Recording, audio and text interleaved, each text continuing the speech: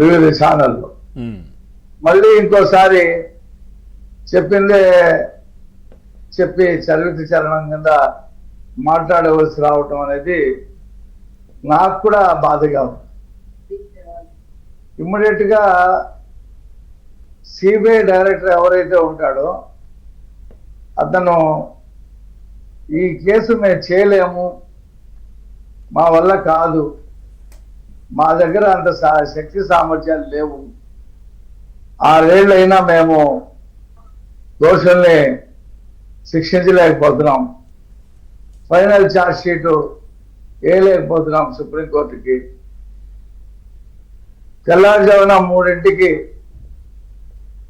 Message వచ్చినటువంటి జగన్మోహన్ రెడ్డిని, ఆ మెసేజ్ అందజేసిన భారతిరెడ్డిని, అప్పుడు కూర్చొని ఉన్నటువంటి ఏదో ఎలిబి సృష్టించుకోవడానికి అక్కడ కూర్చొని ఏదో ఎలక్షన్ మేనిఫెస్టో రాస్తున్నామని చెప్పినటువంటి వ్యక్తులు అజయ్ కల్లాంకి, అలాగే ఉమారెడ్డి వెంకటేశ్వర్లు, ఇంకో రామానుజుడు ఎవరో ఒక ఉన్నాడు, వాళ్ళందరినీ ఇంతవరకు సిబిఐ ఎందుకు విచారించలేకపోయిందో నాకు అర్థం కావట్లా. 3 గంటలకు మీకేమొచ్చింది? వస్తే మీ బాబాయ్ చనిపోతే ఒక కన్ను ఇంకో కన్నుతో పొడుస్తుందా అని చెప్పి మాట్లాడుతున్న వ్యక్తిని మీరు ఎందుకు విచారించలేదు? అప్పుడంటే ముఖ్యమంత్రిగా ఉన్నాడు కాబట్టి విచారించలేదు.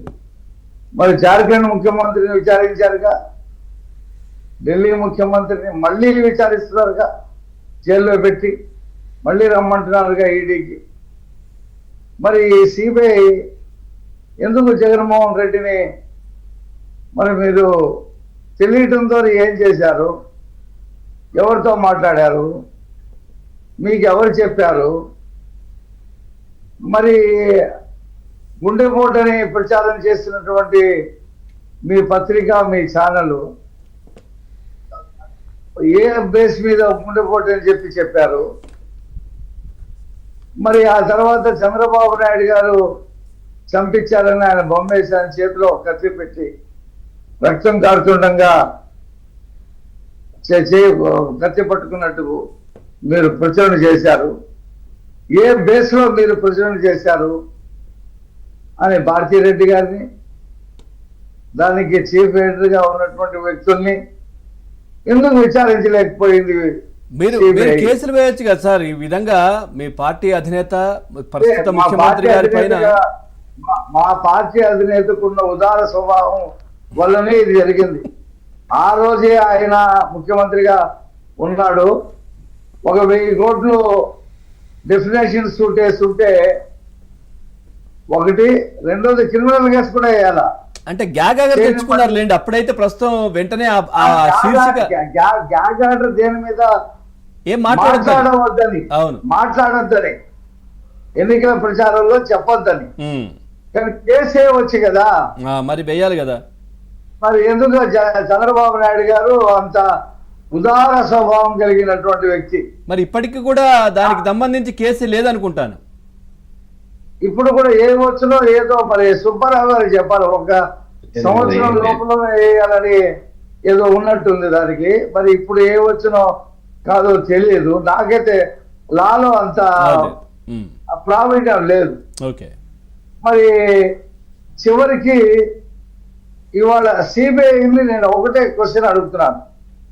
మీరు ఆంధ్రప్రదేశ్ ప్రజలకి ఇప్పుడున్నటువంటి సిబిఐ డైరెక్టరు, అక్కడ ఉండేటువంటి ఎస్పీ, మీరు నేరుగా చెప్పండి, మేము ఈ కేసు విచారణ చేయలేము, మా వల్ల కాదు, 6 సంవత్సరాలు గడిచినా మేము ఒక కొలిక్కి దీన్ని తీసుకురాలేకపోయాం, సుప్రీంకోర్టు ఆదేశాలు ఇచ్చినా, తెలంగాణ హైకోర్టు ఆదేశాలు ఇచ్చినా మేము చేయలేకపోయాం, ఇది మా వల్ల కాదు అని చేతులు ఎత్తి నమస్కారం పెట్టి తప్పుకోండి.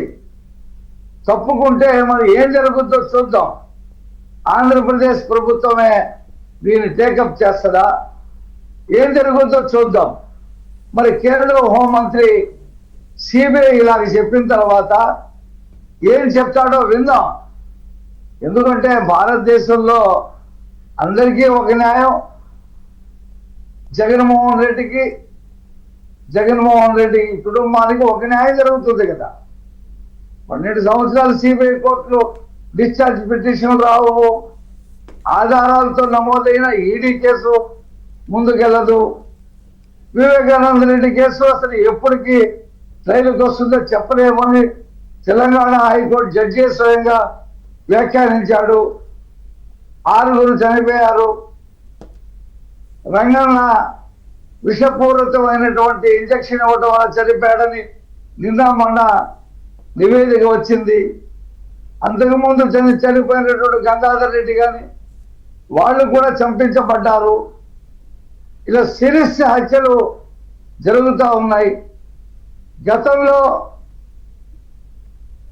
మరి పరిటాల రవిని చంపితే కానీ అతను బతుకుంటే ఓపురాపురం గలులు